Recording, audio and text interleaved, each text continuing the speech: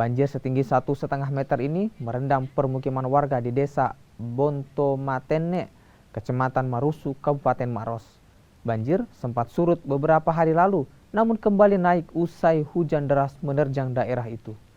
Selain merendam permukiman warga, banjir juga membuat akses penghubung antar kecamatan tak bisa dilalui. Untuk beraktivitas, sekitar 300 kepala keluarga di tempat ini terpaksa menggunakan perahu sampan.